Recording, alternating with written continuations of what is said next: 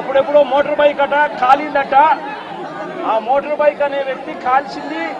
ఆ motor bike అనే వ్యక్తి ఈ జిలానీది మోటార్ బైకు, అది వైఎస్ఆర్సీపీ వాళ్ళు కాల్చారట. అందుకనే తర్వాత 2 ఏళ్ల తర్వాత ఇది జరిగిందట అని చెప్పి మాలిన అబద్ధం చెప్తా ఉన్నారు. నిజంగా వీళ్ళు పత్రికలా, వీళ్ళు ఏమైనా పేపర్లా, టీవీలా?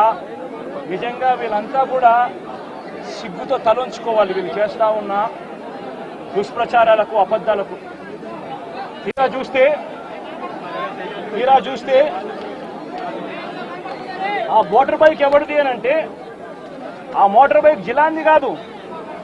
ఆ మోటార్ బైక్ ఆసిఫ్ అనే వైఎస్ఆర్సీపీకి సంబంధించిన వ్యక్తిది.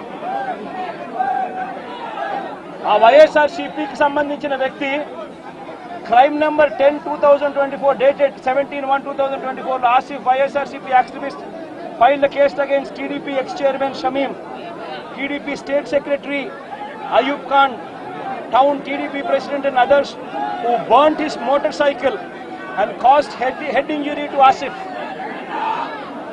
Asif motorbike nu వాళ్ళు కాల్చి ఆసిఫ్ను గాయపరిచి, ఆ గాయపరిచిన కేసును ఆసిఫ్ 17/1/2024లో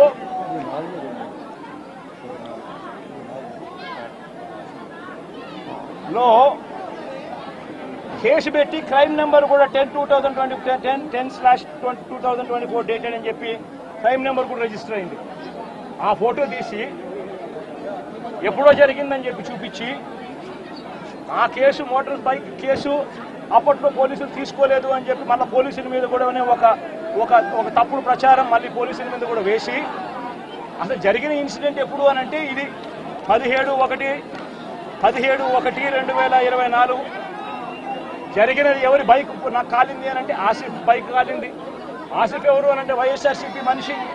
చేసింది ఎవరు అని అంటే తెలుగుదేశం పార్టీకి సంబంధించిన Telugu Desam X chairman Shamim, Telugu Desam state secretary Ayub Khan. వీళ్ళంతా ఎంత దారుణంగా ఫ్యాక్ట్లను ట్విస్ట్ చేసి, ఎస్పీ అనే వ్యక్తి కొత్తగా వస్తాడు, వచ్చిన 3 రోజుల కిందటే ఎస్పీ వస్తాడు, ఎస్పీ వచ్చిన 3వ రోజు హత్య జరుగుతుంది.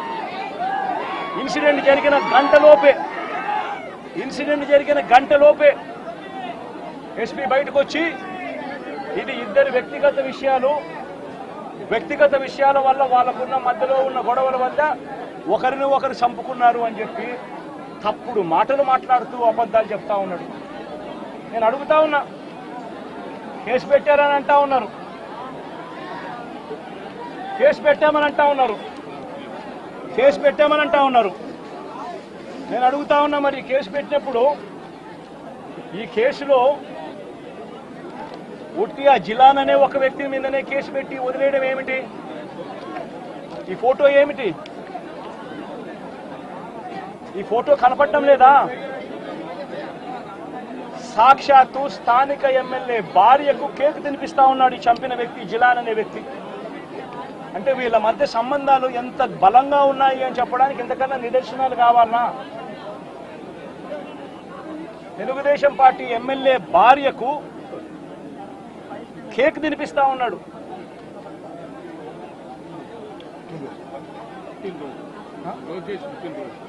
లోకేష్ పుట్టినరోజు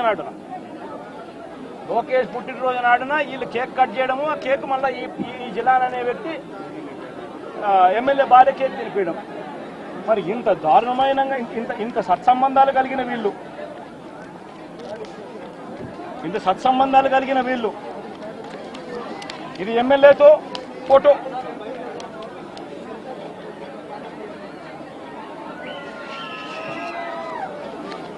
ఈ అయూబ్ ఖాన్ తో ఫోటోలు ఇవన్నీ.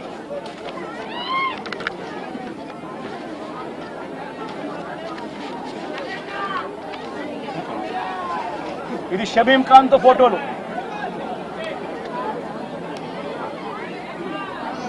మరి వీళ్ళెవరు కేసులో ఎందుకు లేరు? వీళ్ళందరి మీద కేసు ఎందుకు పెట్టలేదు? ఇంతకన్నా అన్యాయం ఎక్కడైనా ఉంటుందా? ఇంతటితో ఆగిపోవడం లేదు. మిథున్ రెడ్డి విషయం కూడా నిన్న కూడా మీరంతా చూశారు మీ కళ్ళతో. సాక్షాత్తు ఒక సిట్టింగ్ ఎంపీ తన నియోజకవర్గంలో తాను తిరగకూడదా? పుంగనూరు అనేది తన నియోజకవర్గం. తన పార్లమెంట్ సెగ్మెంట్లో ఒక నియోజకవర్గం పుంగనూరు. ఆ పుంగనూరుకు ఎమ్మెల్యే వాళ్ళ నాయన పెద్దిరెడ్డి రామచంద్రారెడ్డి. ఆ నియోజకవర్గంలో తాను రెడ్డెప్ప అని చిత్తూరుకు సంబంధించిన ఎక్స్ఎంపీ, ఆయన కూడా పుంగనూరులో నివాసుడు. ఆయన ఇంట్లో కూర్చొని ఉంటే ఏకంగా ఇంటిని దిగ్బంధం చేసి, ఇంటి మీద రాళ్లు వేసి, కారును ధ్వంసం చేసి, రెడ్డెప్ప కారును కాల్చేసి పోలీసుల సమక్షంలోనే ఇవన్నీ జరుగుతూ ఉన్నాయి అని అంటే, ఇంతకన్నా దారుణంగా లా అండ్ ఆర్డర్ పరిస్థితి, ఇంతకన్నా దారుణంగా దిగజారిపోయిన పరిస్థితి ఎక్కడైనా కనిపిస్తుందా? దొంగ కేసులు పెడతా ఉన్నారు, పోలీసులను ప్రేక్షక పాత్రగా పోషించే కార్యక్రమం చేయిస్తా ఉన్నారు. చివరికి ఏ స్థాయిలోకి లా అండ్ ఆర్డర్ వెళ్ళిపోతా ఉంది అని అంటే, లా అండ్ ఆర్డర్ గురించి పట్టించుకునే పరిస్థితిలో పోలీసులు ఎవ్వరూ లేరు. లా అండ్ ఆర్డర్ ఏ స్థాయిలో వెళ్ళిపోతా ఉందనంటే, చివరికి అమ్మాయిల మీద అత్యాచారాలు జరుగుతూ ఉన్నాయి, పోలీసులు ఎవరు పట్టించుకోవడం లేదు. అగత్యాలు జరుగుతూ ఉన్నా కూడా ఎవరు పోలీసులు పట్టించుకోవడం లేదు. పట్టించుకోవాల్సిన అవసరం ఏముంది? చంద్రబాబు నాయుడు పట్టించుకోవద్దని చెప్తా ఉన్నాడు కదా అని చెప్పి వదిలేసిన పరిస్థితులు. నేను అడుగుతా ఉన్నా, ఇదే గతంలో వైఎస్ఆర్సీపీ ప్రభుత్వం ఉన్నప్పుడు ఏ రోజు కూడా తెలుగుదేశం పార్టీ వాళ్ళని చంపండి, తెలుగుదేశం పార్టీ వాళ్ళని కొట్టండి, తెలుగుదేశం లబ్ధిదారులకు మేలు చేయకుండా వదిలేయండి అని ఏ రోజు ఇన్స్ట్రక్షన్స్ ఇవ్వలేదు. ప్రతి అక్క చెల్లెమ్మ కూడా బయటికి పోతే తన ఫోన్లో దిశ యాప్ ఉండేది. ఆపదలో ఉంటే 5 సార్లు ఫోన్ షేక్ చేసినా లేదా SOS బటన్ నొక్కితే చాలు పోలీసులు వెంటనే వచ్చి అక్క ఏమైంది అని చెప్పి తోడుగా ఉండే పరిస్థితులు గతం. ఈరోజు పరిస్థితులు ఏమిటి? లా అండ్ ఆర్డర్ పూర్తిగా దిగజారిపోయిన పరిస్థితులు కనిపిస్తూ ఉన్నాయి. ఎందుకు ఈ మాదిరిగా జరుగుతూ ఉంది?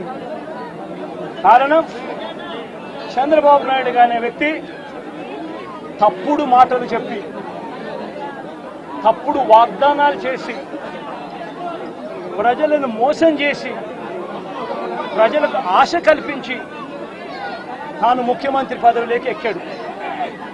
నేను అడుగుతా ఉన్నాను, ఇదే చంద్రబాబు నాయుడును, ఇదే జగన్ ముఖ్యమంత్రిగా ఉంటే గత 5 సంవత్సరాల పాలన చూడండి.